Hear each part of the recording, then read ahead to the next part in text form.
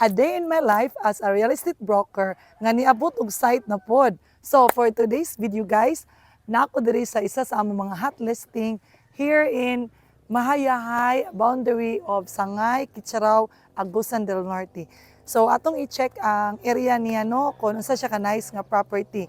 So this is the Barangay Road of Sangay going to Mahayahay. So ang house and lot guys na diri So mo ni ang kalsada no, luag siya kayo. Pwede kayo sa 4 wheels.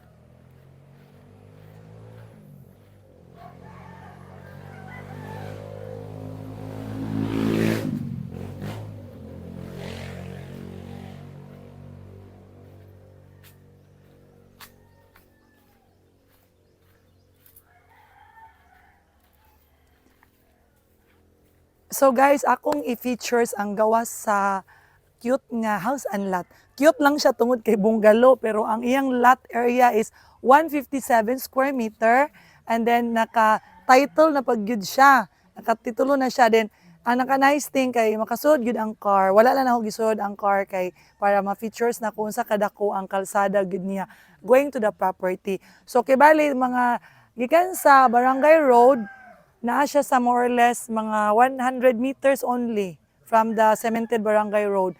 So, from the cemented Barangay Road is second lot siya, pero prime lot siya on the subdivision roads nga area.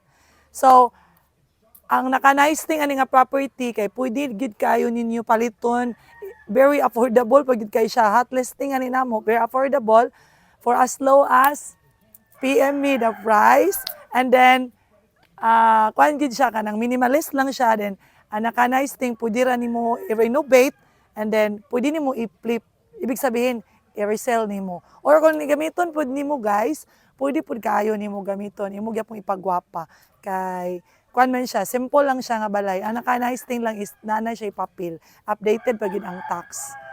So if you are interested and if you have buyer nga pwede ma-refer sa akoa, don't hesitate to message me. This is your friendly broker, Lucila Montes. See you on my next vlog.